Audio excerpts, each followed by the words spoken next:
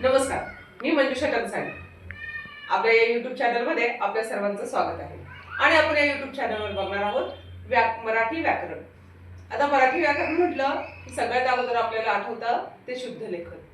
काना, मात्रा, उकार, वेलांटी, जोड शब्द, रफार हे सगळं कसं आणि कुठं द्यायचं, कधी पहिली वेलांटी द्यायची, कधी दुसरी वेलांटी द्यायची, कधी पहिला उकार द्यायचा, कधी दुसरा उकार द्यायचा, हे काही आपल्या लक्षात राहत नाही. तर त्यासाठी छोट्या छोट्या क्लुप्त्या आम्ही घेऊन आलेलो आहोत आणि त्यासोबत तुम्हाला काही शुद्ध लेखनाचे नियम सुद्धा सांगणार आहे. शुद्ध लेखनाच्या नियमामध्ये पहिला नियम असा आहे, त्याला आपण क्लुप्ती सुद्धा म्हणू शकतो, की कशा पद्धतीने आपण लक्षात ठेवायचं दीर्घ वेलांटी कधी द्यायची. त्यातला पहिला नियम असा आहे, शुद्ध लेखन नियम. नियम क्रमांक 1.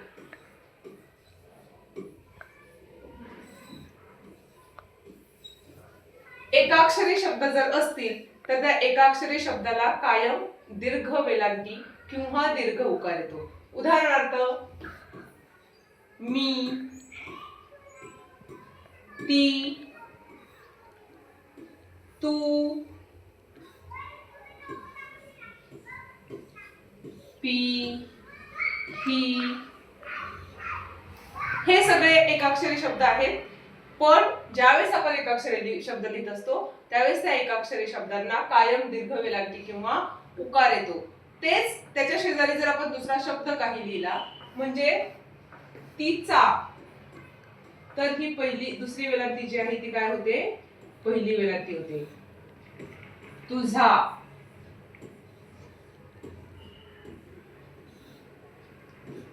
या पद्धतीनं एकाक्षरी शब्द असतील तर त्याला दीर्घ वेलांटी असते आणि त्याच्या शेजारी जेव्हा दुसरा शब्द असतो त्यावेळेस त्या दीर्घ वेलांटीचा ह्रस्व वेलांटी होते. परंतु मी हा जो शब्द आहे या मीच्या शेजारी कुठलाही शब्द बसत नाही. म्हणजे मीचा, मी झा असं कधीही होत नाही. मी हा शब्द कायम सेपरेट लिहिला जातो. नमस्कार, धन्यवाद. पुन्हा भेटूया पुढच्या वेळेस अशाच काही नियमांसोबत.